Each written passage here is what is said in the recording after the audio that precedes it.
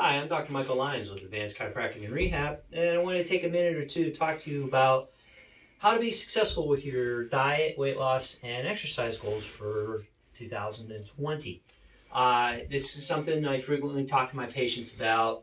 Whenever you come in to see us for any kind of care, I know a lot of people come to see us originally for low back pain, but we always discuss health and wellness and lifestyle changes because back pain is usually a progressive disease, much like heart disease and the other things that we exercise and try and stay healthy to avoid. And so we usually give the same prescription for back pain that we do, or we would to avoid cancers and heart disease. So diet and exercise is it should be a big part of everybody's life. I like to tell patients frequently that we live 2 to 3 times more than our bodies were originally intended for. Got to do a little maintenance along the way, right? So I'm going to come up with 4 key essential things I think people should follow to make them a whole lot more successful in achieving whatever New Year's resolutions they set out to do as far as weight loss and exercise go. Number one, keep it simple. We should start with the easiest things that are easy for us to do that we can get into our schedule as quickly as possible. Don't overcomplicate it. Don't go out, get in some type of gym membership or some crazy circuit training thing that you think might be the solution for all your problems.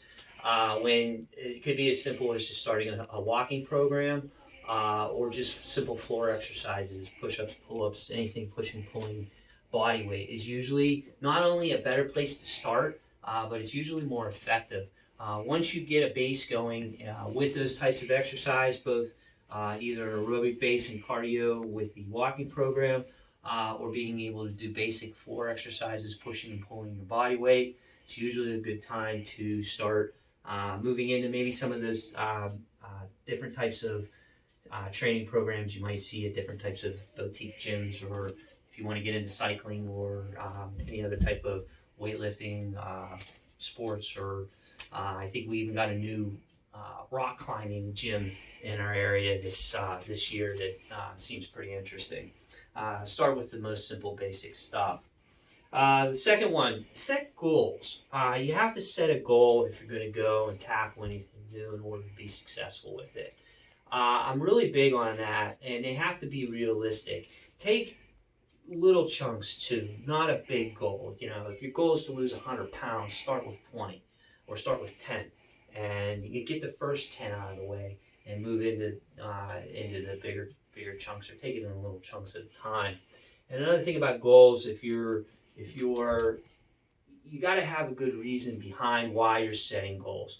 Don't Going to the gym so you can fit into a bikini and look good in the spring is not really a goal.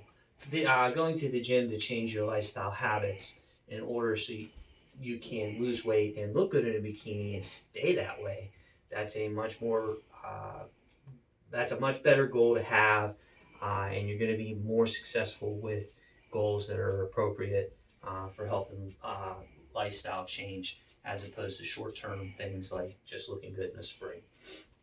The other one is consistency. Consistency is really important. I think people lose track of that. They start out with good intentions, and then they kind of get derailed and they feel like they got to start all over again.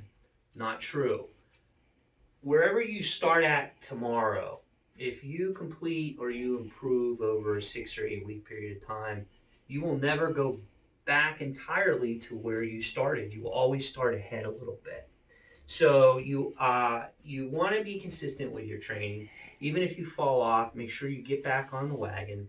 And remember, none of this stuff it takes time, and it's consistency over time. Usually 12 to 24 months that you have to be consistent with it. You're going to achieve most of your goals if you're consistent over a 12-month period. I promise you. And again, back to goals. Set your goals in your 6 to 12 week time period, not a 12-month. It's a little more easier if you're setting goals on shorter periods of time than a longer period of time, like an entire year. And the last one, and this is really important, make it fun. It has to be something enjoyable, especially with weight loss. I tell people all the time, any weight loss are eating habits that you want to try and change to where you eliminate food that you like to eat, you're probably not going to be successful with it. If you don't like lifting weights, you're probably not going to be successful with that program. If you don't like running, you're probably not going to be successful with that program. So you're going to have to find a way or a sport or something or some type of activity that's enjoyable for you to do, that you can do over a long period of time and you can incorporate into your life, because at the end of the day, we're doing this for health and wellness and for quality of life, not necessarily quantity. You want to be able to age well, and you want to be able to enjoy the things and the people in your lives that are important. So at the beginning of this year, we've been posting a lot of blog posts on our website. I do have a blog post up there on where to get started on exercise, at least for cardio exercise. We had another interesting one on running, and we also recently posted one on smoking, and I have one coming up which will address rules for eating and diet and weight loss. So if you get a chance, please check out our blog post on our website.